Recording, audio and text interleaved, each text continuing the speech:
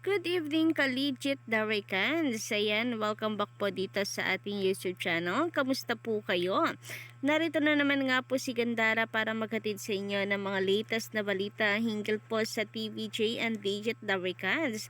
At ang mainit nga po nating update ngayong gabi ay pumapatungkol po dito sa isang good news na kung saan ang TVJ, ang Jowa Pao, ay nagsilbi pong inspirasyon. So, meron pong ginaya ang sugod na bahay ng TVJ para magbigay po ng tulong at aksyon. Pero bago nga po natin talakayin at pag-usapan ang balitang ito mga Kaligit Tabrikans, nais ko po muna magpasalamat sa inyo sa walang sawa po ninyong pagsuporta at pag-antabay parati sa atin pong mga daily updates. Lalong higit sa ating mga Kaligit Tabrikans dyan. Ayan, big shoutout po sa inyong lahat.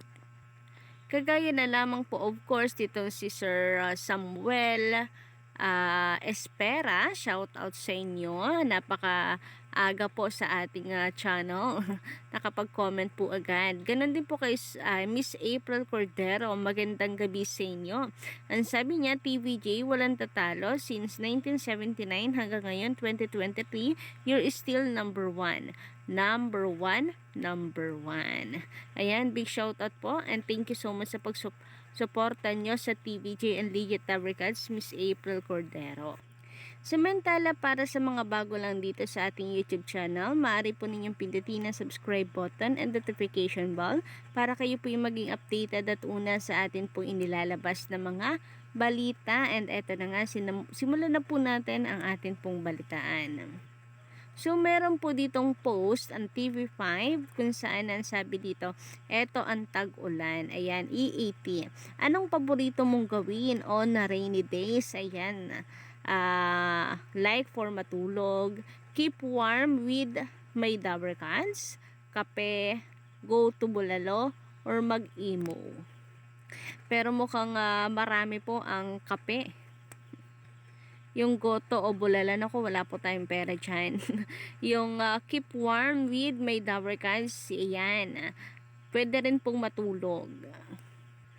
Yung mag-emo siguro para lamang po sa mga broken heart ngayon. Broken heart? Broken heart. Sa kabilang dako naman Kaligit Tabrikans, ayan, yung anak po ni Tito Soto na si Gian Soto ay talagang ginawa pong inspirasyon na ang sugod bahay mga kapatid. So pwede po ito no, nagawin na din nila since public service and sa nasasakupan po ni Gian Soto, nagmalasugod bahay po sila para magbigay po ng tulong sa mga nangangailangan at syempre sa kanila pong nasasakupan. So perfect po no ang TVJ na segment po na ito. So, narito po ang ilan pang mga pictures na kung saan ay kuha po sa kanila pong pagsusugod na barangay. And nawa po, marami pa po ang ma-inspired na politiko dyan. Hindi lang po sana kapag malapit ng eleksyon, magpakitang gilas. Nako, sana po ay kahit po walang okasyon at hindi po tatakbo, sila po ay magsugod barangay. So maganda po itong inspirasyon para po sa mga politiko dyan. Sa mga nakaupo ngayon, huwag nyo na pong intayin na matapos sa inyong termino tapos pag magbobotohan ulit saka kayo kikilos.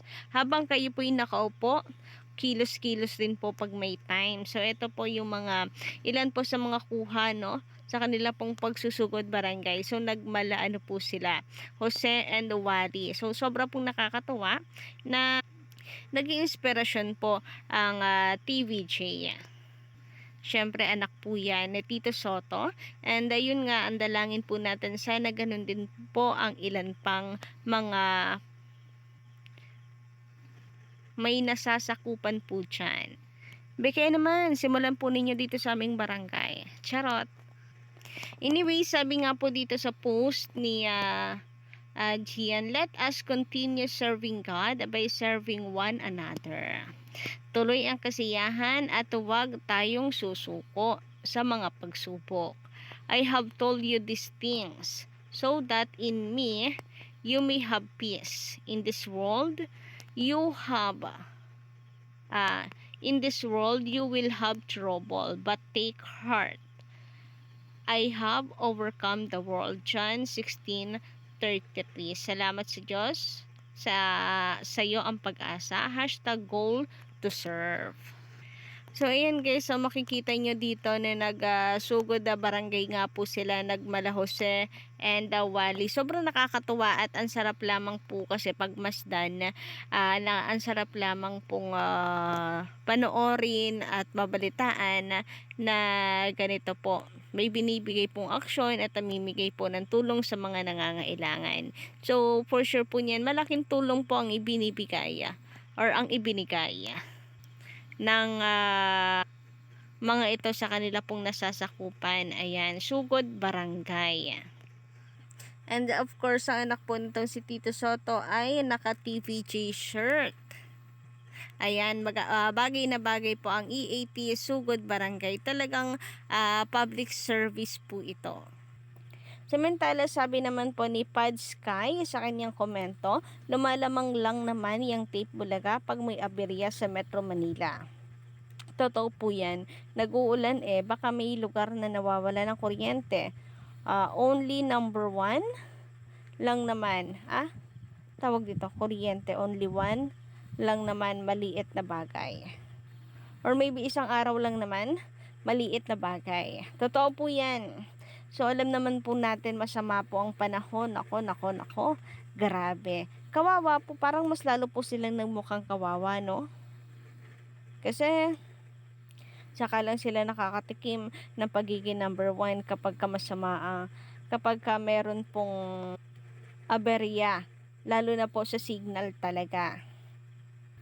So, kagaya po nito, mapipigilan po ba natin ang pagsama ng panahon, ang pag-ulan-ulan? Nako, sigurado po yan ngayong bare months na o magtatag-ulan na, malamang mahihirapan na naman po tayo sa signal niyan.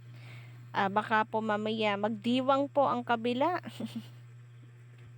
Nako, ngayon pa lamang sinasabi na po natin na mayroon pong tsansa na humina po ang ating TV ratings dahil magbe-bare months na. Dahil humihina po ang signal. Pero kung atin naman pong titingnan ang lamang ng TVJ Online, dito naman po natin masasabi at ito po masasabi po nating basihan talaga kung sino ang tunay na malakas. Kasi malamang po niyan ay sa online na lamang po manonood ang iba para suportahan pa rin po ang TVJ. So, kanina nga meron pong nag-post na kung saan ay mahina po ang kanilang signal.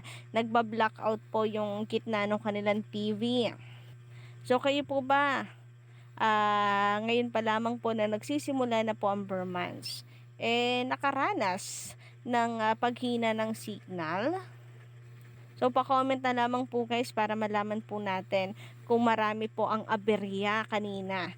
Para expected na po natin kung ano po lalabas na ratings ngayong unang araw po ng Setyembre. Anyway, sabi naman ni Sir Jonato Soliano, shout out, magandang gabi, stay safe and healthy. Sabi niya, bitter. Baka talking to themselves kasi ang better ay yung namamayagpag na legit. Totoo po yan.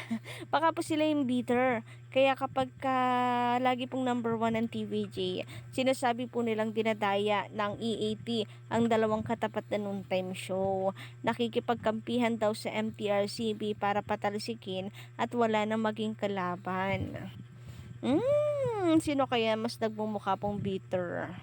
At saka yung pagkawala ng kanilang channel, kanilang Facebook, pati TVJ, pagbibintangan po nila. Sino po kayang mas bitter? Anyway, totoo po yan. Kung sino po ang tunay na namamayagpag, better. Better and better every day. Getting better and better and better every day. And at si Sir Jonato, meron pang hirit.